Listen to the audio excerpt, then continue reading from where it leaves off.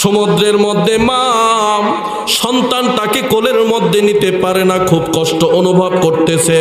এমন অবস্থায় যখন প্রত্যেকটা মুহূর্ত সময় পার করতেছে, হঠাৎ করে আল্লাহ রাব্বুল আলামিন ওই সন্তানের একটা হাত মার পায়ের মধ্যে যখন ঢুকায় দিলেন, মা তার দুইটা পায়ের আঙ্গুল দিয়ে সন্তানের হাতটাকে যখন ধরে ফেললেন, আস্তে আস্তে করে ওই সন্তানটা যখন মা একটু কোলে নিতে পারলো, বুকের উপর যখন নিয়ে ফেলছে, এবার মার স্তনের দুধটা বের করে দেয়।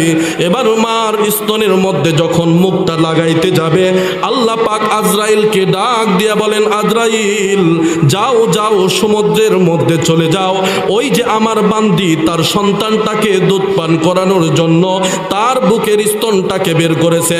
ও আজরাইল শুনে নাও, আমি আল্লাহর আদালতে এই সন্তানের মুখে এক ফোঁটা দুধ দেওয়ার অধিকার আমি তার মাকে দেই নাই। এই মা তার সন্তানকে এক ফোঁটা দুধ পান করাইতে পারবে না। যাও যাও এই মুহূর্তে যাও, ওই সন্তানের সামনে থেকে মার জানটাকে কবজ করে তুমি চলে আসো। সন্তানের সামনে থেকে আজরাইল মার জানটাকে কবজ করে ফেলল।